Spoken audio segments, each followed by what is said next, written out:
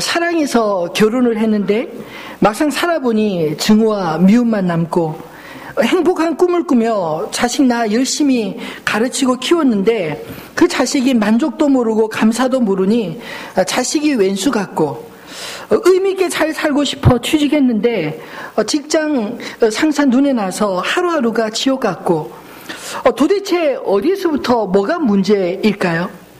인생살이 가장 힘든 문제가 아마도 가족을 포함해서 모든 인간관계 문제들이 아닌가 생각이 듭니다. 오늘 우리가 읽은 이 본문의 말씀에서 사도 바울은 우리의 믿음이 실생활에서 어떻게 나타나야 하는지 여러 관계들을 들어 권면하고 있습니다. 우리가 하나님을 믿는다면 그 믿음이 당연히 가정에서 또 직장에서 믿음의 삶의 모습으로 나타나야 되지 않을까요?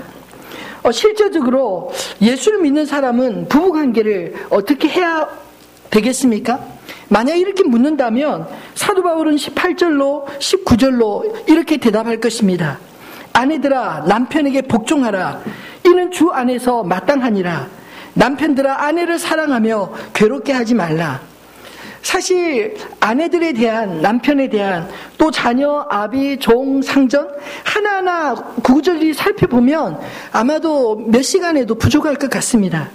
근데 중요한 이 부부관계에서 사도 바울이 우리에게 권면하는 바는 무엇일까요? 부부 사이에도 하나님께서 정하신 질서가 있다, 이것을 말하는 것이 아니겠습니까? 또 자식으로서 부모에게 어떻게 해야 되는지, 부모로서 자식을 어떻게 돌봐야 하는지는 20절로 21절에 또 말씀하고 있습니다.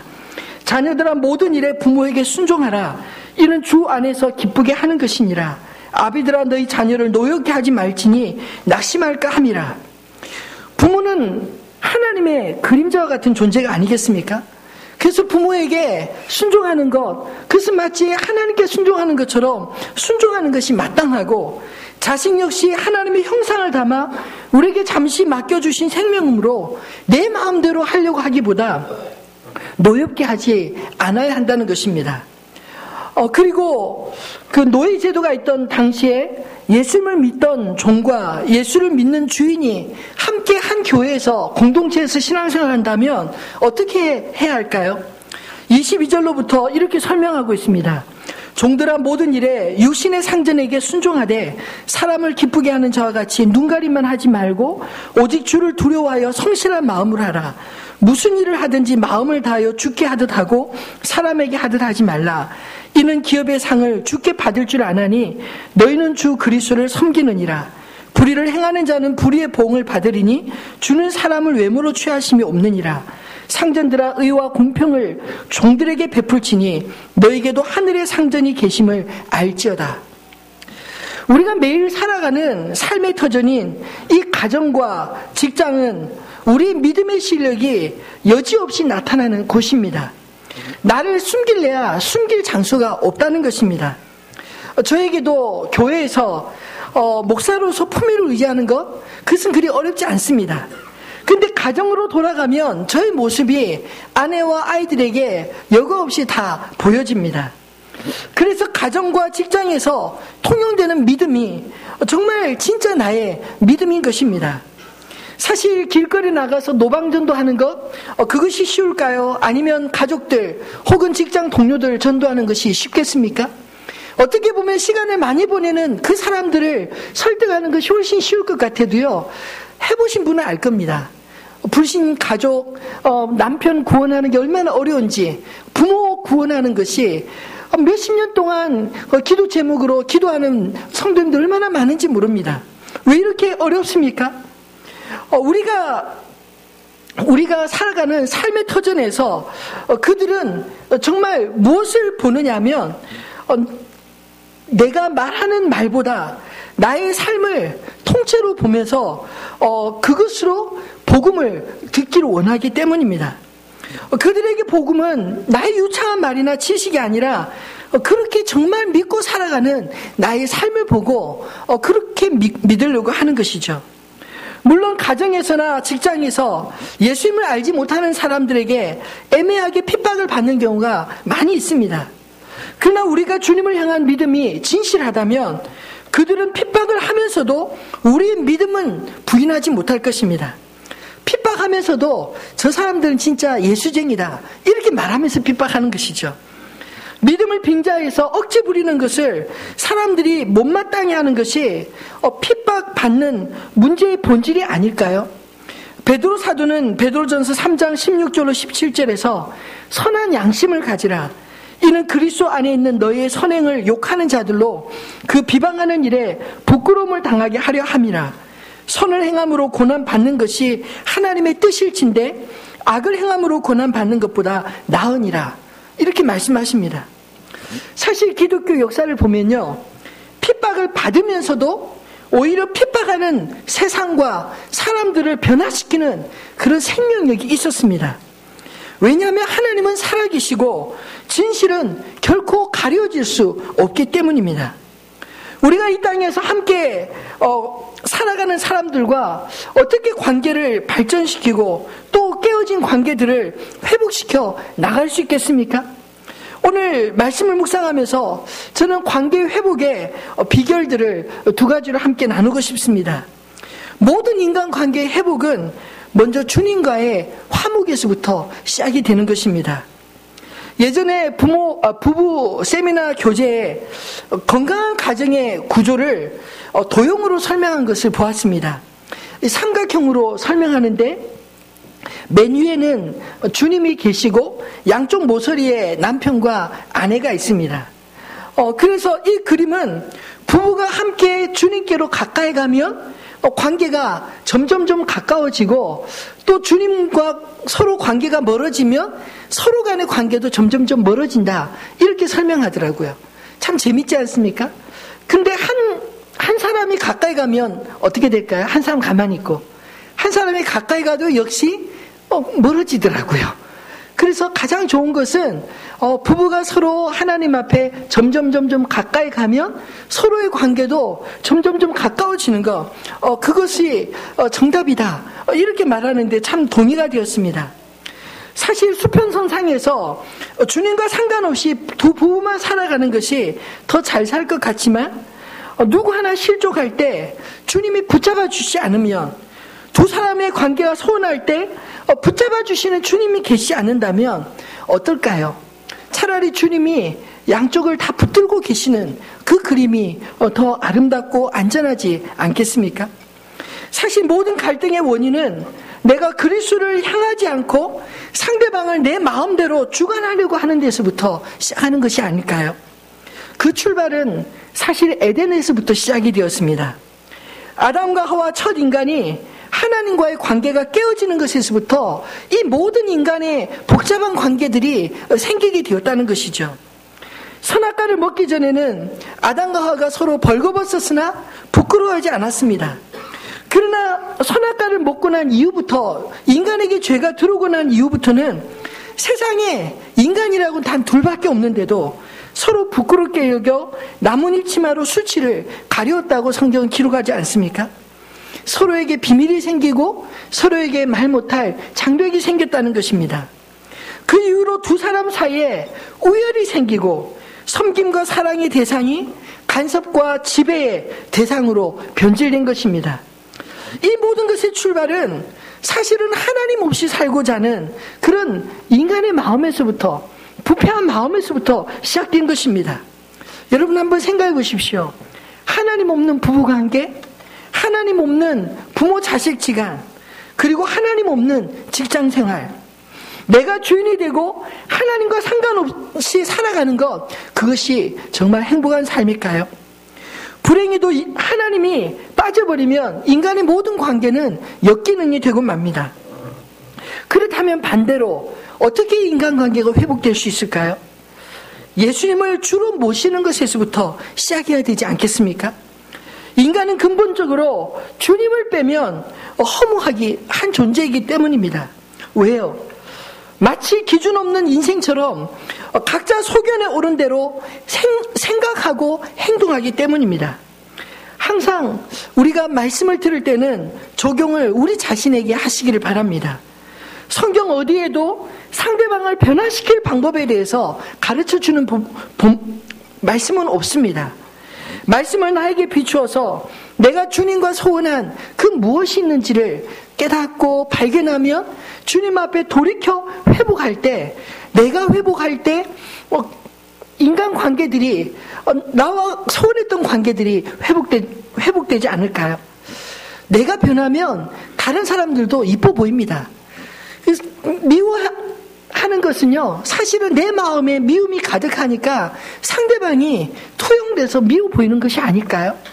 내가 하나님 앞에서 내 자신을 수용할 수 있고 하나님의 용서와 은혜를 경험하고 보면요, 다른 사람들도 왠지 이뻐 보입니다. 여러분 한번 경험해 보시기를 바랍니다. 하나님과의 관계가 회복되면 내가 괜찮은 사람이구나, 부족하지만 그래도 주님께서 사랑하는 존재구나 깨닫게 되면요, 다른 사람들도 그렇게 사랑스러운 존재로 보여줄 줄로 믿습니다. 두 번째로 관계 회복은 마음을 다하여 모든 일에 죽게 하듯 할 때 이루어지는 것입니다. 내 안에 주님과 화해가 이루어진다면 이제 갈등의 관계도 회복될 수 있는 것입니다. 단 하나의 조건이 주어져 있는데 23절 말씀입니다. 한번 같이 읽어볼까요? 무슨 일을 하든지 마음을 다하여 주께 하듯 하고 사람에게 하듯 하지 말라. 아멘. 왜 이 말씀을 하실까요? 마음을 다하여 하나님께 하듯 하라. 주님께 왜 이런 당부를 할까요? 이는 기업의 상을 우리가 주께 받기 때문이라고 말씀합니다. 신명기 11장 24절 말씀에 보면 너희의 발바닥으로 밟는 곳은 다 너희의 소유가 되리니 너희의 경계는 곧 광야에서부터 레바논까지와 유브라데 강에서부터 서해까지라. 하나님께서 이스라엘 백성들의 지경을 정해주는 것입니다. 너희 발로 밟는 것 내가 다 너희에게 허락해 주겠다. 광야에서와 레바논까지, 그리고 유브라데 강에서부터 서해까지 너희 지경이 될 것이다. 이렇게 말씀하고 있는 것입니다. 사람이 마음대로 줄 긋고 그리고 땅 따먹기 하면서 그렇게 살아가는 것 같아도요, 실제로 그 배후에 하나님께서 나눠주셔서 그 경계가 정해진다는 것입니다. 여러분 믿으십니까? 여러분, 기업은 사람들에게서 오는 것이 아니라 하나님께로부터 우리 각자에게 주어지는 줄로 믿습니다. 이 믿음은 대단히 중요합니다. 직장 내 질서와 권위도 하나님이 부여해 주신다는 믿음이 없으면 어떻게 무슨 일을 하든지 마음을 다하여 죽게 하듯 그런 마음을 가지고 할 수 있겠습니까? 사람들 눈치 보지 않고 어느 곳에든지 죽게 하듯 그런 마음으로 부끄러울 것이 없이 섬기면 하나님께서 우리가 서야 될 경계를, 지경을 넓혀 주실 줄로 믿습니다. 내가 스스로 넓히려고 하는데 긴장이 있고요, 스트레스가 있는 것이 아니겠습니까? 성경 속의 청지기의 대표적인 인물 요셉은 자기에게 맡겨진 일에 죽게 하듯 최선을 다해서 섬겼을 때 보디발의 집에서도 쓰임을 받고 심지어는 감옥에서도 쓰임을 받고 바로를 통해 하나님 앞에 궁극적으로 쓰임받는 인생이 되지 않았나요? 만약에 요셉이 사람 눈가림을 하고 속이고 자기에게 주어진 일을 남한테 전가하고 책임을 회피하고 그랬다면 보디발 같은 사람의 눈에 들 수 있었을까요? 감옥에서 간수의 눈에 들 수 있었을까요? 바로 왕 앞에 이 사람이구나, 일개 죄수를 하루아침에 총리로 세울 수 있는 그 안목을 어떻게 가질 수 있었겠습니까? 그가 자기에게 맡겨진 일에 최선을 다하는 그런 사람이었던 것이 사람들 눈에 보여지니까 지경이 점점 넓혀지는 것이 아니겠습니까? 담임 목사가 되고 보니까 이 원리가 무엇인지 조금씩 보여지기 시작합니다. 자신에게 맡겨진 일을 정말 소신껏 죽게 하듯 잘 감당하시는 분들을 보면요, 그분께 모든 것들을 좀 고난을 맡겨드리고 싶고, 그리고 맡겨놓고 나면 저는 너무나 홀가분해집니다. 근데 맡겨진 일에 대충 사람 보일 때만 하는 사람들이 있으면 괜히 불안해지고, 그리고 관심을 꺼야 되는데 계속 관심이 가지고, 그리고 맡겨진 일도 회수하고 싶은 그런 충동을 느낄 때가 생깁니다. 여러분, 사람도 대충 보면 저 사람이 진심으로 하는지 아니면 대충대충 하는지 알아보는 눈을 가지고 있는데 하물며 하나님이 모르시겠습니까? 물론 우리 교회에 그런 사람이 있다는 게 아닙니다. 제가 전에 있었던 교회에서 그런 사람들 많이 봤다는 말입니다. 우리가 하나님 앞에 투정하기 전에 나에게 맡겨주신 일과 맡겨주신 분에게 오늘 말씀하신 것처럼 모든 일에 죽게 하듯 그렇게 돌아보고 감당해야 되지 않을까요? 잠언 22장 29절 말씀해 보면 내가 자기 일에 능숙한 사람을 보았느냐? 이러한 사람은 왕 앞에 설 것이요 천한 자 앞에 서지 아니하리라 말씀하셨습니다. 사랑하는 성도분, 저는 하나님 우리 교회에 속한 모든 성도님들이 정말 왕 앞에 설 수 있는 믿음의 사람들이 되기를 소원합니다. 세상에 사람들에게 눈치 보고 세상 사람들에게 무릎 꿇는 인생이 아니라 하나님을 두려워하고 경외할 줄 알고 하나님 앞에 목숨 걸고 무릎 꿇고 기도할 줄 아는 그런 사람이 있다면 하나님께서 반드시 다니엘과 같이 요셉과 같이 때가 되면 반드시 들어 쓰실 줄로 믿습니다. 저는 하나님 우리 교회 자라는 다음 세대 아이들이 정말 그런 소망을 가지고 소명을 가지고 컸으면 좋겠습니다. 우리 주일학교 아이들이 어렸을 때부터 비록 어리지만 사람들 눈치 보는 인생이 아니라 하나님 앞에 무릎 꿇을 수 있는 인생이 되기를 소원합니다. 남에게 치열한 이 경쟁 사회 속에서 어떻게 하면 내가 올라가기 위해서 남을 짓밟고라도 올라갈 수 있는가, 이걸 배우는 아이들이 아니라 어떻게 하면 하나님께서 내게 주신 소명, 그 소명을 깨닫고 그 소명을 위해서 내가 무엇을 준비할 수 있을까, 그것을 최선을 다해서 준비해서 하나님이 때가 되어 써줄 수 있는 그런 전문가들이, 세상 어디에서도 찾아볼 수 없는 전문 분야를 가진 그런 전문가들이 곳곳에서 일어났으면 좋겠습니다. 저는 한국교회 미래는 인재에 달려있다고 생각합니다. 좋은 인재를 키워내면 한국교회 미래가 밝아질 것이고, 한국교회가 좋은 인재를 키워내지 못하면 결국 그 비실비실한 사람들만 있다 보면 결국은 교회가 점점점 퇴보하지 않겠습니까? 사랑하는 성도분, 여러분 우리 주일학교를 위해서 기도해 주시기 바랍니다. 비전스쿨을 위해서 기도해 주시기 바랍니다. 아니, 우리 자신을 위해서 기도해야 될 줄 압니다. 하나님 앞에 쓰임받는 인생 되게 도와주십시오. 하나님, 우리 자녀들이 우리 부모를 바라보면서 우리 부모처럼 내가 가장 존경한 분 하면 부모. 왜냐하면 우리 부모는 너무나 정직하기 때문에, 우리 부모는 한 입으로 두말하지 않기 때문에, 우리 부모는 하나님 앞에 경외하고 무릎 꿇는 부모이기 때문에 나는 우리 부모님이 제일 존경스럽습니다. 이렇게 말할 수 있는 저와 여러분이 되어지기를 소원합니다. 말씀을 맺겠습니다. 여러분, 모든 관계 속에서 하나님의 자리, 주님의 자리를 비워두시기를 바랍니다. 어제 홈페이지에 올라온 간증에 참 은혜를 많이 받았습니다. 그래서 사실 오늘 원래 제목을 죽게 하듯 하라, 이렇게 말씀을 묵상하려 했는데 그 간증을 보면서 에덴을 회복하자, 이렇게 바꾸는 것이 훨씬 좋겠다 싶어 내용을 방향을 좀 수정했습니다. 여러분 궁금하시면 한번 들어가서 보십시오. 어떤 분의 간증인지. 그리고 특세 기간에 은혜 받은 여러분들의 이야기들도 좀 올려주시기를 바랍니다. 은혜는 나누면 나눌수록 더 커지는 것 같아요. 모든 관계의 깨어짐과 단절의 원인이 어디에 있습니까? 주님이 계셔야 될 그 자리에 다른 것으로 채워져 있을 때, 주님의 자리를 빼앗겼을 때, 인간이 그 자리에 서 있어서 모든 문제들이 이렇게 발생하는 것이 아니겠습니까? 그 주님의 자리, 주님이 있어야 될 그 자리를 여러분 비워두시기를 바랍니다. 그리고 주님의 음성에 귀를 기울이는 저와 여러분이 되어지기를 소원합니다.